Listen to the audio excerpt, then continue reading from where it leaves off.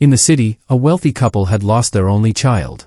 So, they called upon a medium, someone who claims to summon spirits, so that the mother could have one last meeting with her child. The medium killed a crow, performed various rituals, and when the child's spirit appeared, everyone was shocked. The mother became extremely emotional. Just then, Florence caught them red-handed and exposed the whole event. The dead crow, and a child dressed up as a ghost, everything was fake. Finally, Officer Evan arrested the group and took them away. One day, upon returning home, a man named Robert, a history teacher from Cambria Rockford boarding school, came to meet her. Robert was a World War II veteran. When Florence saw her book in his hands, she thought he was a fan. But Robert corrected her, saying, "I've heard that besides being a writer, you're also a ghost hunter. I'm not a fan of your writing, but our school's matron is a big admirer of yours. Now let's get to the point." Robert continued, "Several years ago, Rockford boarding school, which used to be someone's house, was the site of a tragic event where the father of the family killed a child. And now, just 3 weeks ago, a student named Walter died. Before his death, he told the headmaster that he had seen the ghost of that same child. Now the question is, how could he know what the dead child looked like?" Robert then showed Florence photos of school students from previous years, where the ghost of that child appeared in every picture. When Florence suggested it was just a camera exposure issue, Robert explained, the cameras used between 1902 and 1906 required a 15-second break between shots. It would have been impossible for a child to cross such a long line back and forth during that time. Even if they had tried, the cameraman would have definitely noticed. Even when Florence wasn't convinced, Robert showed her a recent photo from this month, where the child appeared at a window of the building. Florence gave an example from a previous case and dismissed this too as a camera trick, refusing to help. Still, Robert wasn't discouraged. He said, "Most of our students are orphans. And in your autobiography, you've written about your childhood trauma. You even mentioned that if children's fear of ghosts isn't addressed at the right time, it can leave a deep psychological impact. So think about what you want to do. If you change your mind, come to the Wellington Hotel. That's where I'm staying." After Robert left, Florence was lost in thought. Seeing no better option, she packed her things and headed toward Rockford School. The long road was so scenic that she lost track of time. Jude drove her to the massive school that stretched across a wide area. As she got out of the car, she was welcomed by the matron, Sister Maudhill. Among all the children, a boy named Tom was staring curiously at Florence. It felt as if he wanted to say something. This caught Florence's attention. Maudhill said, "I've been here for 15 years. Like you, I don't believe in ghosts. That's why I reached out to you." When he gave Florence a tour of the school, she first wanted to see the places where the children claimed to see the ghost the most. So, she was taken to an old classroom. Just outside it, Walter's body had been found. When Florence inquired further, she learned that Walter had asthma. Some of the other kids bullied him for it, so he often stayed alone. While inspecting the classroom, Florence met a teacher named Malcolm. She noticed that Malcolm was extremely strict with the children, so much so that everyone seemed afraid of him. Florence asked if anyone other than Walter had seen the ghost. That's when a student bravely said he had seen it in the upstairs corridor. Its demonic, terrifying face looked exactly like the one in the photograph. But it also seemed to be in a lot of pain. Seeing things were getting intense, Florence set up special cameras, sound recording devices, and magnetic field detectors in the areas where the ghost was most often reported. She also mixed magnesium and potassium chlorate and tied it with wires to the camera buttons. The idea was that if anyone entered the area and tripped the wire, the camera would automatically take a photo. When Robert heard all this, he got angry and left. Just then, Florence heard an unknown voice scolding someone. That night, while working, a bell attached to a wire suddenly rang, and Florence noticed finger marks on the upper window.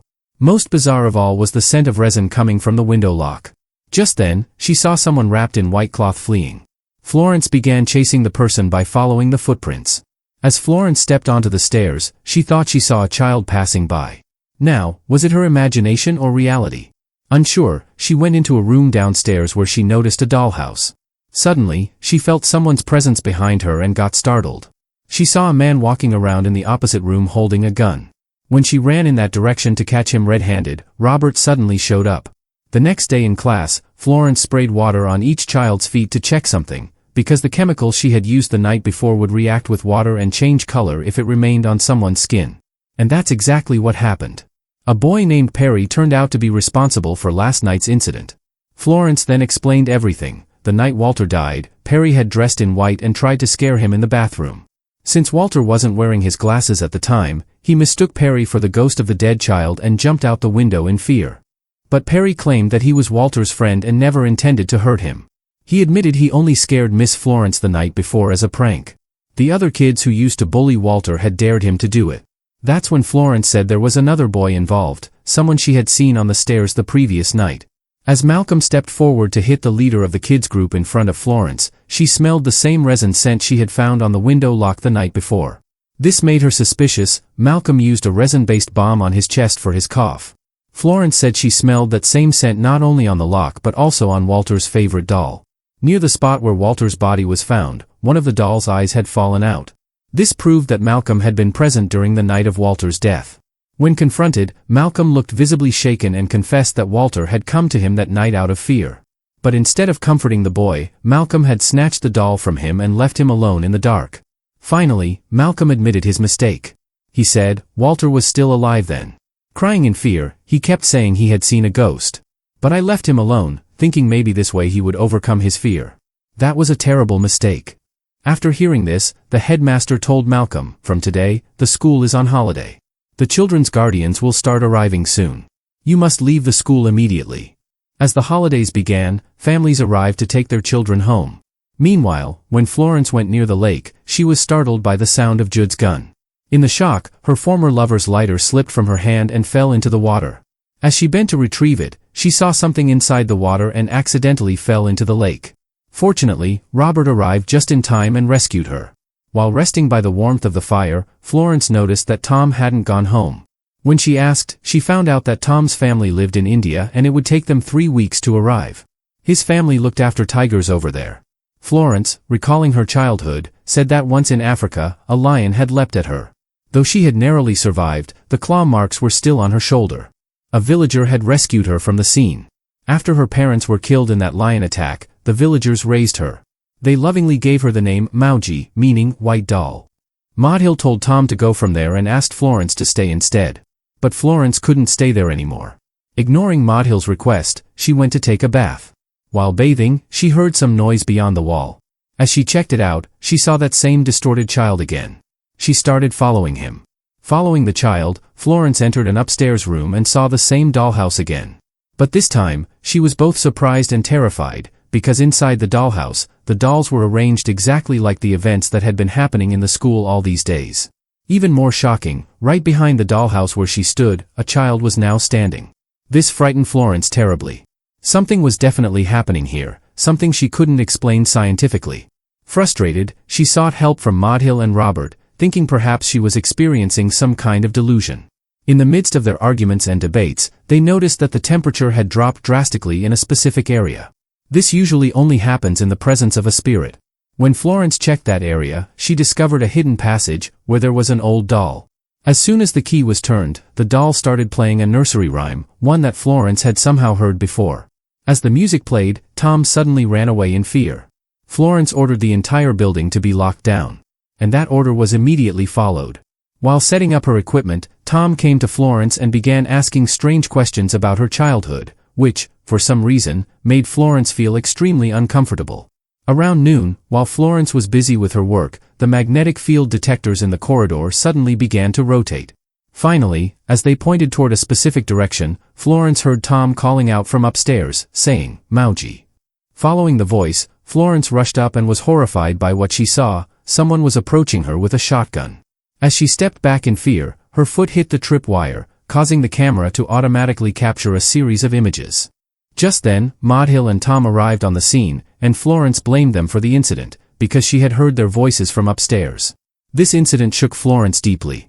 But the real shock was yet to come. When Florence developed the photos, she saw that there was no man with a shotgun in them. Instead, what appeared in the images was the spirit of the little boy. Robert stared silently at Florence, as if his eyes were saying, I told you so. Later in the afternoon, when Florence felt a surge of fear, she went for a walk alone by the lake. That's when Jude tried to force himself on her. But just then, the spirit of the child appeared and frightened Jude, making him back off in terror. In the process of defending herself, Florence killed Jude and returned to the school. Florence told him, no matter what happens, Tom must never find out about this. Upon hearing that, Robert said something shocking, there is no child here. It's just you, me, and Maudhill. That one line struck Florence like a thunderbolt, and at that very moment, the biggest mystery was revealed. The spirit of the child that Florence had come to investigate was none other than Tom himself. Just then, Florence heard Tom's voice coming from inside the secret passage. She entered the passage, and soon Tom appeared. Tom explained that he couldn't always control his distorted form, and only those who suffer from loneliness can see him. He insisted he was in no way responsible for Walter's death. When Florence asked, then why was Walter so terrified when he heard the nursery rhyme from that doll? Tom didn't want to answer at first but eventually said, "You'll find the answer yourself." Florence then looked closely inside a nearby dollhouse, and was stunned. Inside, there weren't just representations of Tom, but every detail from Florence's own childhood, recreated with dolls. At that moment, memories she had long suppressed began flooding back, revealing an even bigger twist. Before it became Rockford School, the house had belonged to Florence and her parents. The man Florence had been seeing holding a shotgun was her own father. Florence's father had a terrible temper. Since he didn't have a son, one day, during yet another argument about having a son, her father, in a drunken rage, shot and killed Florence's mother. Witnessing this horrifying scene, Florence hid with Tom in the secret passage. Her father, searching for Florence, called her by the name Mauji. At that moment, the key in the doll Florence was holding suddenly turned, and the nursery rhyme began to play. Hearing it, her father fired his gun in that direction. But the bullet grazed Florence's shoulder and hit Tom in the chest, killing him on the spot. Eventually, Florence's father, unable to live with his guilt, took his own life. Florence had witnessed all of this with her own eyes. The trauma from this event was so deep that Florence wanted to erase her past completely. That's why she changed the story of the bullet wound on her shoulder, saying it was from a lion attack, not a gunshot. To treat Florence, Maudhill later sends her to London. But Tom's restless spirit remains in that house. The house is eventually turned into a boarding school. However, only Maudhill could see Tom's spirit. Tom once told Florence, only those who feel lonely from within can see him. That's why, besides Maudhill, when Walter, who was being bullied by the school's naughty kids, started suffering from deep loneliness, Tom tried to befriend him. But since Tom couldn't always keep his distorted form under control, Walter saw his terrifying form one night and jumped out the window. Maudhill knew that Florence had spent all these years trying to forget her traumatic childhood memories and prove that spirits don't exist. So, to ensure that the sightings of Tom's spirit didn't affect others in the school, Maudhill called Florence back to the school. But the result was the opposite of what he intended. In Florence's memories, Robert also played a central role. Florence is a woman carrying the burden of a forgotten childhood. Due to the darkness of her early memories, she even forgot Robert, who was once her close friend. This mental state is called repressed memory. Robert was the one who remembered everything: Tom's death, Florence's mental breakdown, all of it. When Florence returned to the boarding school, Robert silently observed her behavior. He realized that Florence was no longer the same old Florence. Now she was filled only with logic, suspicion, and a hardened mask. When all the mysteries were finally revealed, Robert told Florence that he had buried Jared's body in a hidden grave. By then, Florence had recognized Robert. She, too, was carrying deep regrets in her heart, because she still hadn't been able to forget the nightmares of her friends dying on the battlefield. Florence reassured him that they could start everything anew. Amidst this mix of joy and sorrow, Maudhill arrived and served Florence some wine. Tom stared at Florence in astonishment, as if he wanted to say something. In a strange voice, Maudhill said, "Tom has been alone for a very long time. Now he wants a companion. Florence, won't you stay here with us forever?" As soon as Florence began to suspect something, her head started spinning. Because Maudhill had poisoned the drink. They wanted to keep her with Tom forever. Though Florence screamed at Robert to bring her medicine, it was no use. Because Maudhill had already hidden the medicine long ago. Step by step, Florence slowly moved closer to death. She tearfully called out to Tom and said, "I've been alone all my life. Every moment since you left has been filled with sorrow. I never got the chance to feel happiness or joy. So now, if Florence leaves with Tom, her soul may never find peace again. But a promise remains: when the time comes, Florence will return to Tom." In the end, Tom brings Maudhill's hidden medicine and gives it to Florence, then hugs her and lies down beside her. And Maudhill had already passed away a little while ago. A few days go by. The school vacation is over. With the children's laughter, the schoolyard comes alive again. Florence has broken free from her sorrow, regret, and repression, and learned to live anew. And now, in the rest of her journey, she has Robert by her side. Florence begins writing a new book about the presence of spirits.